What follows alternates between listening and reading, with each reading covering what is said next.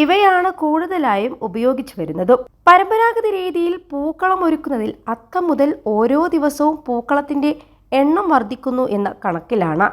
അത്തത്തിന് ഒരു പൂക്കളമെങ്കിൽ പിറ്റേന്ന് 2, അതിൻ്റെ പിറ്റേന്ന് 3 എന്ന ക്രമത്തിൽ വർദ്ധിച്ച് 10-ാം ദിനം 10 പൂക്കളം എന്നതാണ് കണക്ക്. പ്രധാനപ്പെട്ട ഒരു വലിയ പൂക്കളവും ബാക്കി ചെറിയ പൂക്കളങ്ങളും എന്നതാണ് കണക്ക്.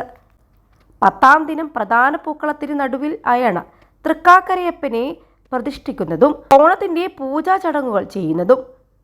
ഇതിൽ മുഖ്യമായും തുമ്പക്കുടവും തുളസിയുമാണ് ഉപയോഗിക്കാറുള്ളത്. കേരളത്തിൻ്റെ തെക്ക് നിന്നും വടക്കേയറ്റവും ഈ രീതിയിൽ പല വ്യത്യാസങ്ങളിലാണ് പൂക്കളം ഒരുക്കുന്നത്. ഓണപ്പൂക്കളത്തിൽ പരമ്പരാഗത രീതി അനുസരിച്ച് ആവശ്യമായും വേണ്ട ചില പൂക്കളുണ്ട്.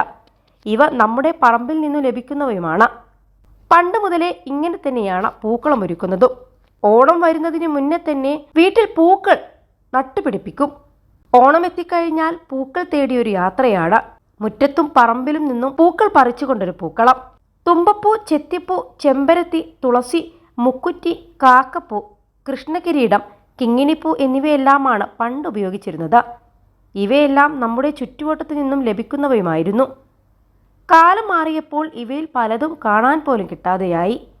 21 ലക്ഷത്തോളം സന്തുഷ്ടരായ ഉപഭോക്താക്കളും 2 ലക്ഷത്തോളം തിമിര ശസ്ത്രക്രിയകളും പൂർത്തിയാക്കിയ മലബാറിലെ ഏക കണ്ണാശുപത്രി Alsalama high hospital, hospital road, Perinthalmanna.